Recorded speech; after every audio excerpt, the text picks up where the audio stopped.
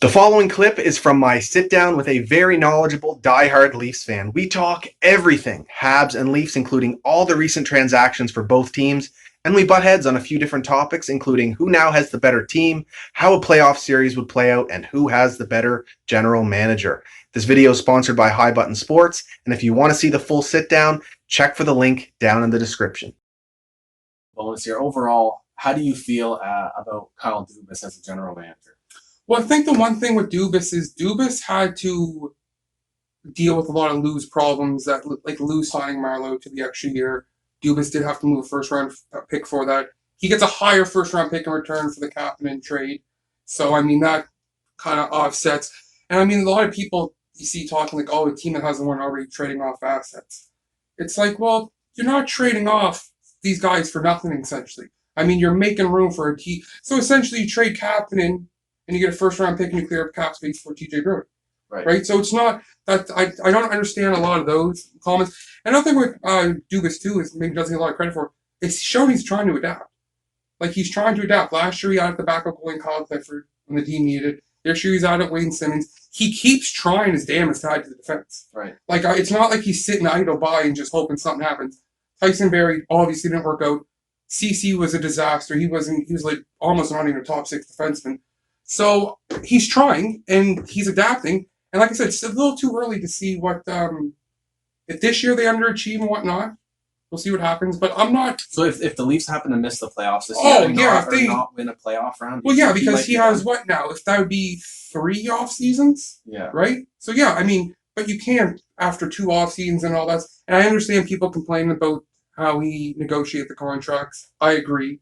The Marner one's the one that bothers me the most.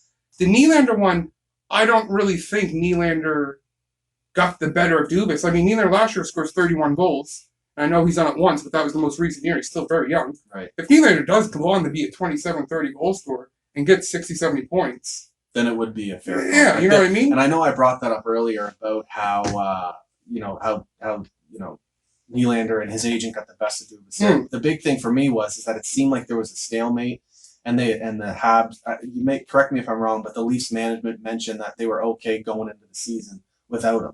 And then, it was a couple days before the season started. Well, no, that was Marner. Marner signed when they were in Newfoundland for camp. Nylander signed. I want to say the season had already started. So the season had already started. I don't think it got to December, anywhere close to that. But I want to say it was because his first goal, I want to say it was against Carolina during that kids game or something they did. Right. But I'm almost certain that it was during the season he ended up coming back and signed. Because he was in Sweden, or Austria, one of those countries over there.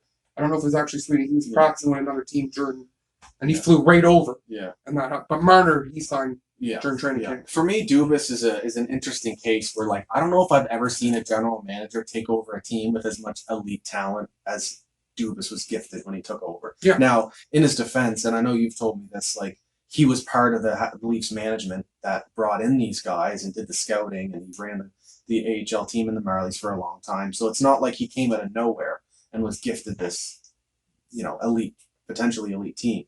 But he did get a lot when he came in. Oh, yeah. And I don't know who more so pushed for Tavares, was Shanahan or Dubas himself, but that whole situation kind of worked against him. An inexperienced GM making that big signing and then having to negotiate some very important contracts. You wonder if maybe sticking with Lou Lamoriello for 1 extra year might have really helped Dubas slide into the GM position. Yeah, you say that, and then you see what Lou's done in the island.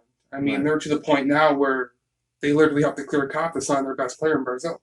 Right. I mean, the contract they gave Komarov. I mean, the contract. I think we're talking about Josh Bailey was a long-term contract. Those guys are good players, don't get me wrong, but those contracts are hard to move. So I'm not big on the whole, should have kept Lou thing. I mean, it was Dubas' first crack in NHL. Any team that like Bergevin, he got Carey Price. Right. You know what I mean? He inherited Carey Price. And he's still, going to his 9th year trying to get to a cup finals. You know what I mean? So, of course, he inherited. The defense is the one that if this left-wing guy can pan out, and the Brody trade or the Brody deal works out, I think the Leafs are okay. And like with the Leafs too, it's not like the day when San Jose back when they were always number 1 seed losing to an 8 seed or losing to a 7 seed. Right. The Leafs have been, minus the Columbus series, have been the underdog going into the series against the Bruins. Bruins in 7 both times. So it's like it's kind of, I don't know how much stock you put into that. Right. You know what I mean? Gotcha. So Well, you mentioned Bergevin, so why don't we move into Bergevin? I'll give you my take on him. I know the results haven't been there in the last like 3 to 4 years, but from Bergevin's mouth himself, the team was going through a reset. Now, you brought up that he inherited Carey Price, and yes, he did. He inherited one of the best goalies in the world. He inherited Max Pacioretty, who at the time, or not at the time, but would become one of the best goal scorers in the league for an extended period of time. And he got PK Subban. Those are the 3 main pieces he has. But the one thing that I will say about what Bergevin inherited was a lot of guys well past their prime, into their 30s, with plenty of term left on their contracts, which he had to figure out early on. He was kind of put in a position when he took over that they had to compete because of the way the cap structure was set up when he took over. Like they had Eric Cole with term left, Giunta with term left, Gomez as well. Markov was getting up there in age, and then Plekanec as well was towards the end of his prime. So he came in, and they had the 3rd overall pick in Galchenyuk that they brought in. But then, after that, it was slim pickings for Bergevin, especially in the prospect pool. They had 0 high-level prospects. And since then, from the prospects that they had when he took over, the only one to pan out was Brendan Gallagher, who was an unknown 5th-round pick at the time. So he really didn't have much to work with, but managed to kind of make that roster compete. He filled some holes with Jeff Petrie. He had the Vanek deal come in as a rental. So I like kind of what he did initially, and we got to the Eastern Conference Final. Price took an injury from Kreider and went out.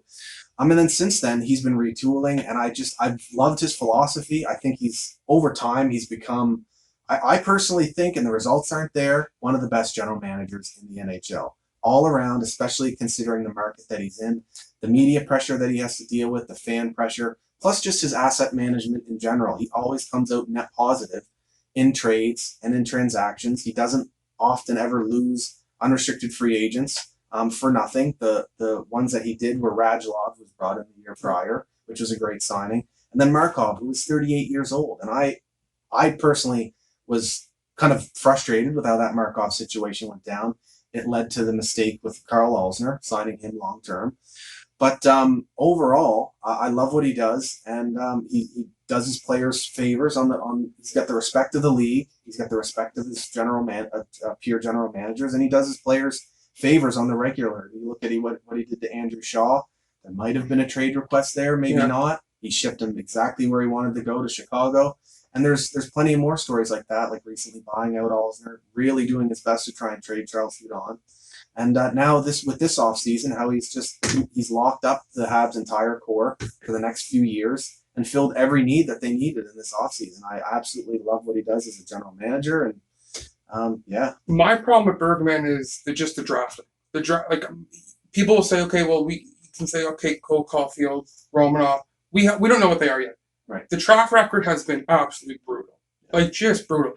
Last year, I mean, if you go down the roster and have them right in front of me, they may have had 5, 6 guys they actually drafted on that team. So my thing, and like Nick Suzuki, good identified young talent, brought him in, but wasn't their draft pick. Say what you want about Cockney. I mean, Habs fans are hoping he pans out to be a good player. I mean, Tkachuk was sitting right there. They passed on him. We'll see what goes on down the road, how it is. But right now, I mean, Tkachuk is clearly the better player. Clint Hughes, maybe. That's whatever. We'll find out when that goes on the road.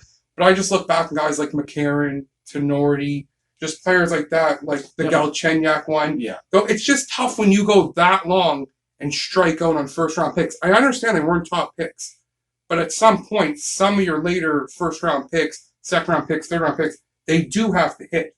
Because, I mean, the draft record is kind of... And that's maybe why Montreal got into the position where they got from the very beginning. Because if, they draft correctly, the Galchenyuk draft, if they draft correctly, and then you trade Sergachev for Joanne, I'm sure House fans still hoping that pans out. But I just feel like it's the draft that has really put Montreal behind the eight ball. Yeah, I can't disagree with a whole lot of that, especially for the first 4 to 5 years of his tenure. A lot of the picks didn't turn out, and you kind of briefly mentioned it. They were late picks, and that's kind of all I have in rebuttal to that was that we were winning the division year after year when he first took over. So all of our picks were late. How much can you really expect out of those late picks? But yeah, I totally get that for the first 4 years or so.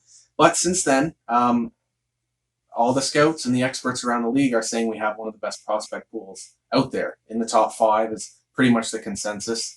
And there's a ton of good-looking prospects that we have that will hopefully pan out. But you are right; you have to wait and see how it goes before you give full credit for that, because there hasn't been success in the past with the drafting for the Habs.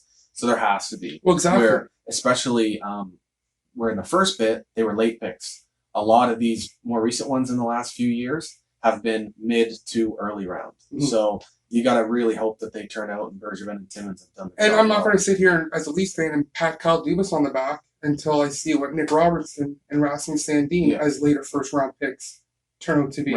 Right. So I think it goes. So, but as of right now, those two look like they're going to be solid NHL players. So I mean, that just shows later rounds you can get players. And that's two. And the Leafs, you got to give credit where it's due. The Leafs have done a good job. And I think that's another thing Kyle Dubas doesn't get enough credit for. Is Dubas literally came up from, he GM'd the Marlies, he knew all those young players, he was part of the scouting. So I don't think Dubas gets enough credit in that aspect of it too, right? So I mean, we'll see what happens this year. I think this is a really big make or break year for probably both GMs, to be honest with you. I mean, I think it's fair to say if Montreal goes underachieves again, you got to start looking at the age of Weber, the age of Price. And if they're going to still be in their top level when Kotkaniemi and Suzuki, if they're ready to be legitimate number 1 and number 2 center, if that timeline's going to match up. Yeah. So he's definitely gone all in this offseason in terms of how the team is going to look like moving forward. So the product on the ice is definitely going to have to match up with that, because you're now locked in to all these players for a significant amount of time.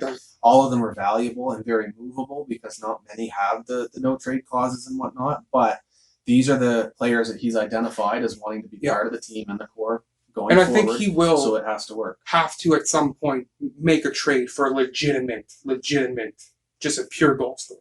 Right. Like I mean, we do have Caulfield coming up, so I would. Well, that's not going to align potentially with Weber and Price either, because that's what you're aiming for. I think me and you talked about it the other day.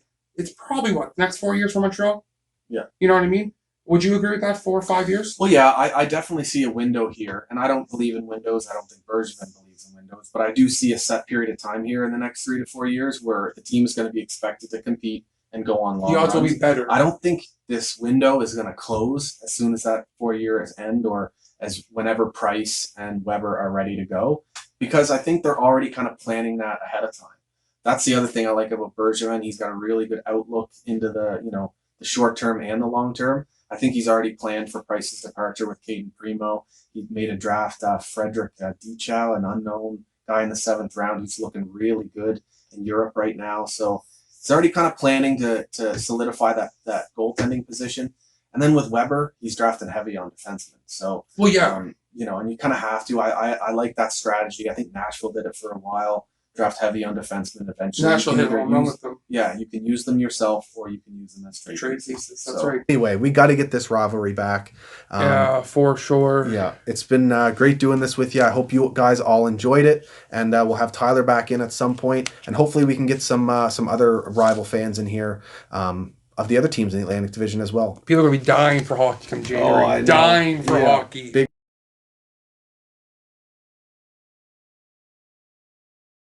If you like this content, make sure to hit the subscribe button as well as the bell for notifications, and you can follow me on Twitter, Instagram, and Facebook @Scotian Canadian.